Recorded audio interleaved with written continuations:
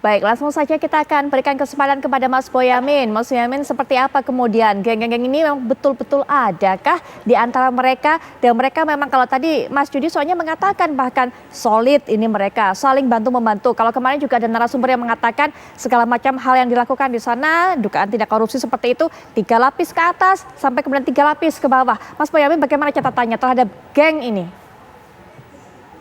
Kalau dulu ya, ini dulu itu ada geng Pendawa 5, ada geng Priok, gitu. Nah, juga geng berdasarkan fungsi pemeriksa, keberatan banding, atau restitusi. Nah, kalau sekarang nampaknya geng motor gede dan juga ada dugaannya loh ya, geng golf. Gitu.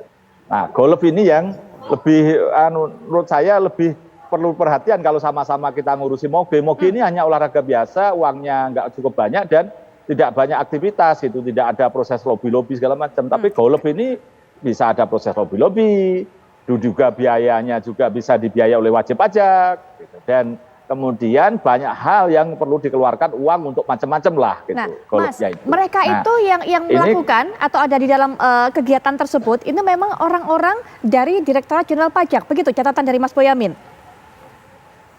Ya tadi kan bicara oknum itu ya bisa saja ada oknum yang juga tidak semata-mata di situ pajak, ada bea cukai juga gitu. Informasinya loh ya. Itu baik. Di Pulau Bintan paling banyak yang mainnya sering ke sana, informasinya begitu.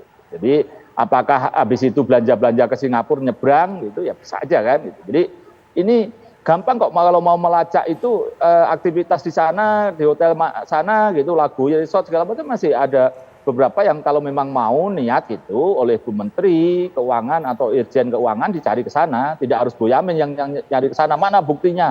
Ya kalau itu berarti tidak niat untuk menuntaskan kan gitu. Jadi itu, nah kalau yang berkaitan dengan geng sekarang nampaknya kira-kira loh kalau saya boleh menindaklanjuti apa yang disampaikan KPK, itu geng-geng kecil yang lebih solid gitu. Karena belajar dari pengalaman kasus Handang Soekarno dan kasusnya Angin Prayitno Haji itu terlalu besar dan kemudian ada 1-2 yang kena masalah malah buka-bukaan gitu dan membocorkan yang lain, maka sekarang diduga oknum-oknumnya itu gengnya semakin kecil dan semakin solid dan itu sebenarnya kalau mau dilacak juga bisa tapi juga sulit juga gitu. Tapi sebenarnya misalnya modusnya gitu. Sekarang ini kan tambang batu bara misalnya, ini kan harganya naik 5-10 kali lipat, tapi banyak perusahaan yang bayar pajaknya sama aja. Ternyata itu diduga pakai cara transfer pricing, dijual pada grup sendiri dengan murah, baru grup sendiri tadi jual ke pembeli di Eropa misalnya. Padahal modusnya gampang itu dilacak itu karena hanya invoice yang fakturnya nggak jelas. Jadi ini banyak hal-hal yang berkaitan dengan tambang ini masih transfer pricingnya masih diduga beberapa masih ada. Dan ini kan sebenarnya zaman kasus Asiana Agri saya pra-peradilan Dirjen Pajak tahun 2008 itu mestinya kan sudah canggih paham cara transfer pricing ini, membanting harga seakan-akan dijual kepada kelompok sendiri untuk menghindari pajak. Gitu. Tapi diduga sekarang masih ada buktinya itu tadi. Gitu. Nah inilah yang geng-geng kecil itu yang diduga oknum itu bermain untuk memudahkan wajib pajak supaya tidak membayar banyak gitu. Nah itulah rangkaian, sebenarnya kita bukan dirugikan sebagai orang yang bayar pajak karena bayar pajak itu masuk ke kas negara untuk bangun pembangunan dan lain sebagainya termasuk gaji pegawai. Nah tapi ini kan justru sebenarnya kita itu kenapa jengkel terhadap ini, mestinya pajak yang kita terima itu lebih besar tapi diduga dimainkan oknum menjadi kecil. Ini kalau istilah di pajak itu Pak Rocky nanti bisa mengatakan tax ratio kita berapa, nggak sampai 10% itu dari perbandingan dengan pendapatan kotor suatu negara dengan itu 10% pernah bahkan turun sampai 7%. Nah ini yang sangat kita sayangkan. Padahal negara-negara yang Asia Tenggara aja tax rasionya itu sudah level-level 30-40%. Jadi ini kita memang dari sisi ini kelihatan. Satu lagi Putri, misalnya Moge tadi, KPK menginformasikan kesulitan mencari plat nomornya, diduga tidak ada. Ya diduga itu bodong, karena apa? Tahun 2008 itu ada peraturan yang melegalkan penyelundupan, banyak yang masuk dengan cara dikamuflase. Baru aja di Semarang saya pernah dapat itu ada mobil mewah itu dimasukkan sebagai mesin pemintal rokok, harganya dibuat murah. Atau tas-tas yang tidak bermerek itu dikamuflase untuk perhiasan atau motor gede, banyak masih itu. Karena sejak tahun 2008 itu ada peraturan untuk melegalkan, tanda kutip saya istilahnya, pertama dibuat peraturan untuk moge dan yacht, gitu, kapal pesiar. Kedua untuk perhiasan, intan dan lain sebagainya. Ketiga barang mewah lainnya, misalnya jam tangan itu. Jadi sepanjang ini masih caranya ya tadi memasukkannya kamuflase dokumen gitu. Setelah masuk ketahuan 3 tahun 4 tahun, dan itu pun biaya masuknya yang dibayar adalah harga terbaru. Jadi kalau motor gede harganya 1 miliar, 5 tahun kemudian tinggal 100 juta, maka biaya masuknya dari 100 juta itu, bukan dari 1 miliar. Jadi ini sesuatu yang banyak hal yang bisa kita benahi, kita tidak bicara geng-gengan lagi, tapi yang bisa lebih ke sistem gitu loh. Itu Putri. Baik. Pak Roni juga mungkin bisa memberikan pandangan mengenai hal ini kepada kami. Kalau tadi Mas Boyamin menyinggung dari awal bahwa butuh keseriusan untuk menindaklanjuti ini semua, begitu kan? Pak Roni, apakah melihat dengan apa yang dilakukan KPK, setidaknya memanggil baru, setahu kami yang memang juga disiarkan kepada media, baru 1 orang yang dipanggil, yaitu Rafael Alun Trisambodo, ada keseriusan dari mereka. Bagaimana kemudian pendapat dari Pak Roni? Ya, pertama saya orang hukum ya, itu selalu asas praduga tidak bersalah ya. Kedua, ketika deputi yang ngomong itu, ya saya bertanya dalam hati, itu apa tusinya KPK tadi? Kalau ada geng itu serahkan aja ke polisi tadi kan.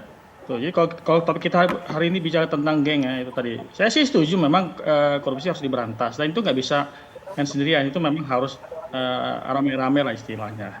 Nah, jadi kembali kepada game tersebut, saya tidak setuju istilah game, tapi mungkin hobi lah, hobi peminat apa-apa. Ya bisa saja hobi itu bisa hobi moge, hobi golf ya bisa aja. Ya mungkin mengarah kepada dugaan korupsi, bisa juga gitu tadi. Nah, cuman masalah saya adalah janganlah misalnya KPK kan seriuslah menangani korupsi. Jadi jangan dibikin lagi sulit tentang geng-geng itu saya. Kedua,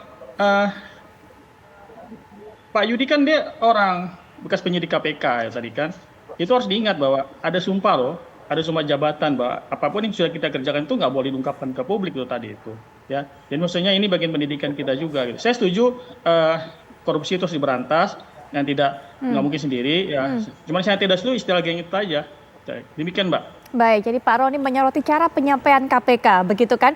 Tidak cukup bijak kalau menurut Pak Roni apa yang dikatakan oleh KPK, mulai dari mengatakan geng, bahkan tadi sebenarnya ada asas merahasiakan dari apa yang diperiksanya sejauh ini. Mas Yudi. Kalau saya kemarin ya melihat dari konferensi persnya ya, ada beberapa hal yang bagi saya itu agak melemahkan gitu ya. Pertama dari sisi cara ya untuk KPK. Melemahkan KPK-nya begitu? Melemahkan sistem investigasinya. Oke, melemahkan sistem investigasi. Yang pertama bahwa KPK melakukan investigasi turun ke lapangan, ya kan?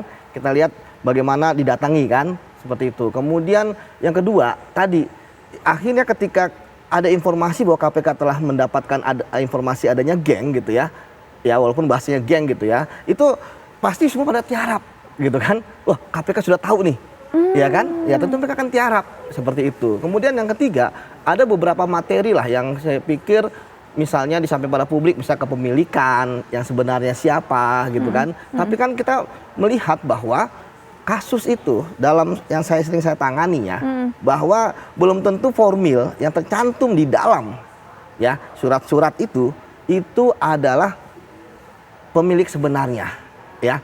Itu harus dilihat materialnya bagaimana, dengan apa, dengan keterangan-keterangan saksi yang lain gitu kan, dengan kemudian juga apa namanya turun ke lapangan tadi yang saya sebutkan seperti itu. Jadi bagi saya seharusnya nanti sajalah ketika semua sudah selesai gitu kan, apa yang akan diputuskan ini kan baru masih di bagian pencegahan di Direktorat LHKPN, ya kan. Ini masih panjang, mulai nanti kan kita apakah nanti hasilnya ini kan wajar atau tidak wajar, kemudian nanti apakah nanti begitu disampaikan ke pengaduan masyarakat dicari ada tindak pidana korupsinya atau tidak, ini masih panjang. Mungkin sampai di situ dulu Mas Yudi. Masih panjang sebenarnya, bagaimana alurnya nanti Mas Yudi bisa jelaskan. Mas Boyamin juga mungkin bisa ditanggapi tadi apa yang disampaikan oleh Mas Yudi dan juga salah satu concern dari narasumber lainnya, yaitu Pak Roni Bako, bahwa justru dengan penyampaian KPK seperti ini malah melemahkan sistem investigasi. Kalau tadi mengatakan Mas Yudi sudah menyinggung mengenai harta, belum tentu namanya. Ini saya juga jadi teringat apa dikatakan oleh KPK kemarin. bahwa pola sifatnya canggih, pakai nomine, kemudian juga pakai PT, termasuk juga tadi atas nama barangnya juga dengan tidak nama pemilik aslinya. Tapi nanti kita akan bahas, kami segera kembali saat lagi.